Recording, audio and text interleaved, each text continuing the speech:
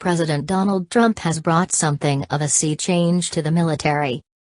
The military, after having to deal with an administration that didn't seem to have respect for it, that dictated to it or seemed to consider it a cast-off not worthy of attention, now has an administration who respects it and want to give it its head to be able to achieve the military goals of the United States.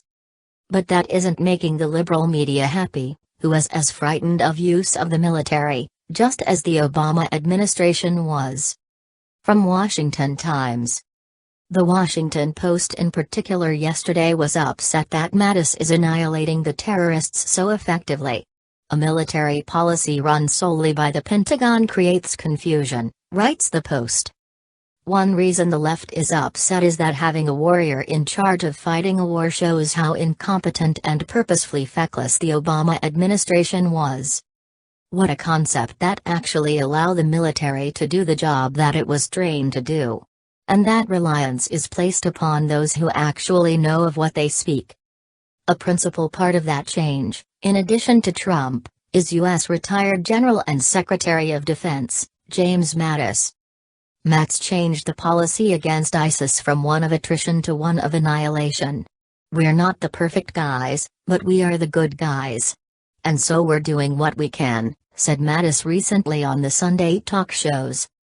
Manchester's tragic loss underscores the purpose of your years of study and training at this elite school. We must never permit murderers to define our time or warp our sense of normal.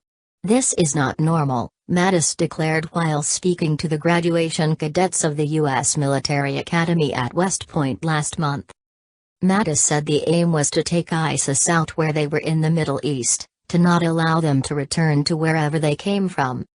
We have already shifted from attrition tactics, where we shove them from one position to another in Iraq and Syria, to annihilation tactics where we surround them. Our intention is that the foreign fighters do not survive the fight to return home to North Africa, to Europe, to America, to Asia, to Africa. We're not going to allow them to do so. We're going to stop them there and take apart the caliphate, said the general. Mattis is concentrated on his job, which is to annihilate the enemy. Mattis doesn't believe in providing jobs or worry about offending the people who want to kill us. Trump lets him do his job.